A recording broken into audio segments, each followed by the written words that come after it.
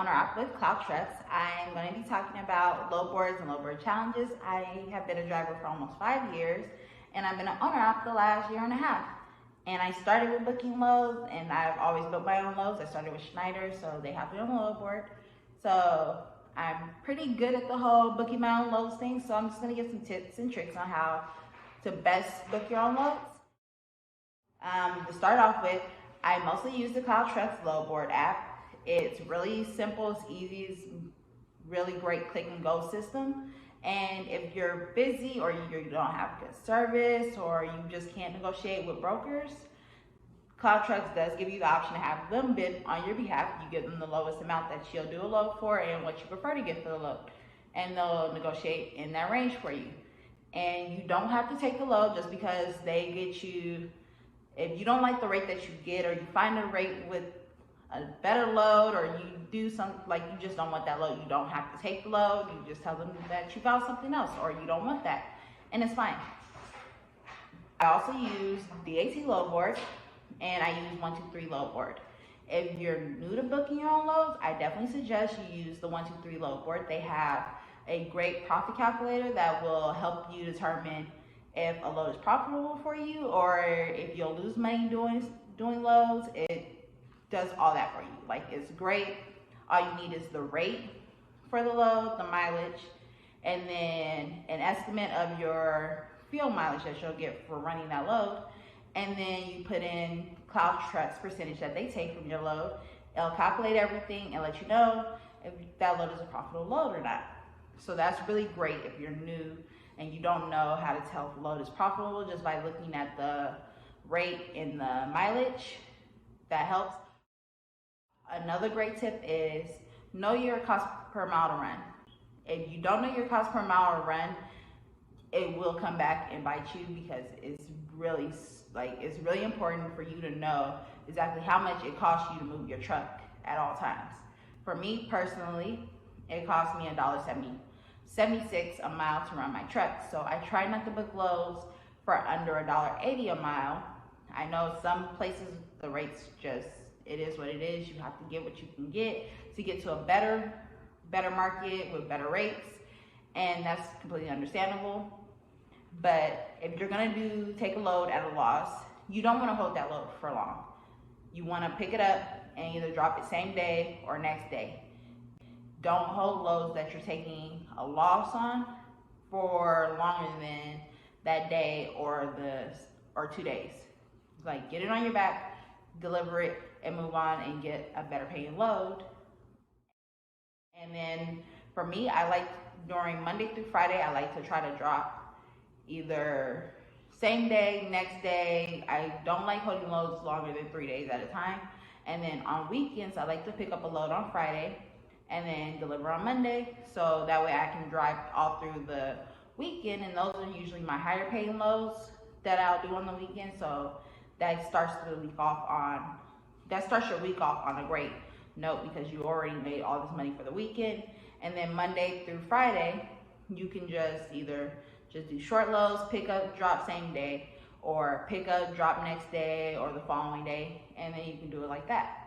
So those are things I found really helpful, especially in today's market where it's not as great as it was a year ago, where you could pick up a load on a Monday and deliver it the next week, and you can get $8,000 to $10,000 just for that one load. Right now, rates aren't like that, so it doesn't pay to have a load for over a week or even a week. So you have to try to change. Well, the ones who are here like a year ago, we had to change up our way of running. And then the ones coming in, you guys it's not really profitable for you guys to be able to just run with one load. You really do have to just break it up and do shorter runs, which is more work and more negotiating.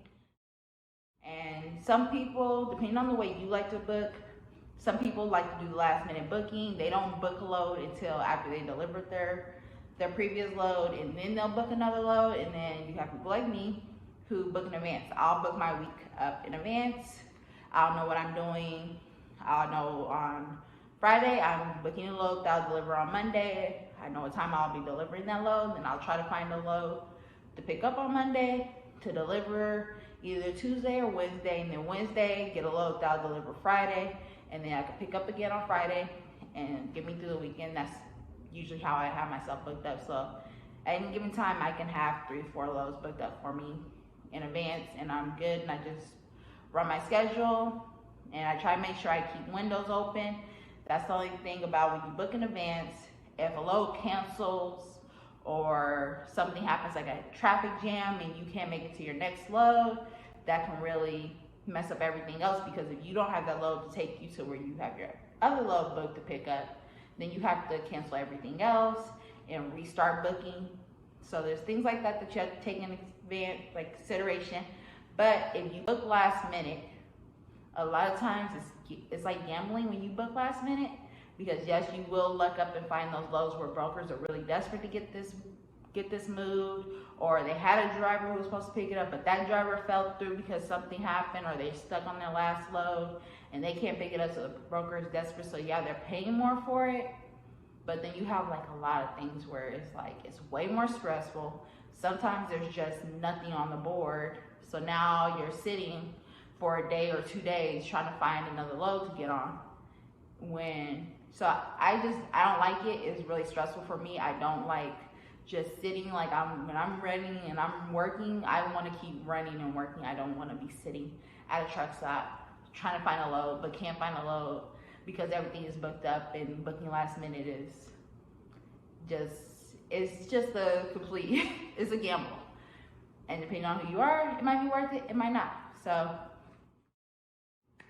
it's really trial and error with this booking thing. You're gonna make mistakes in the beginning. Everyone makes mistakes, but just stick in there. Try to make sure you're making a profit and have fun. Enjoy it. You're your own boss, you're making your own schedule. If you don't feel like running, don't. It's just that simple. Book yourself times for you to do your 34 or 48, wherever you want. Like, that's one of the perks of being where you're booking your own self. Like, you choose where you want to go, you choose where you do your 34, you choose where you go, like you choose everything. How you run, how long you run. So enjoy it. Don't stress yourself out, don't overwork yourself. If you want to take it a day at a time, take it a day at a time. When you're first starting out, I definitely suggest taking it load by load until you get comfortable, and then maybe book yourself 1 load in advance. And then if it goes through, you like the way that is better than doing it load by load, then do it that way. And then eventually you'll get to the point where you're doing it like me, where you're booking yourself a week in advance, and you don't have to worry about anything until the following week, and then you can book yourself again a week in advance. So it's just all about how you run and how you prefer to do everything.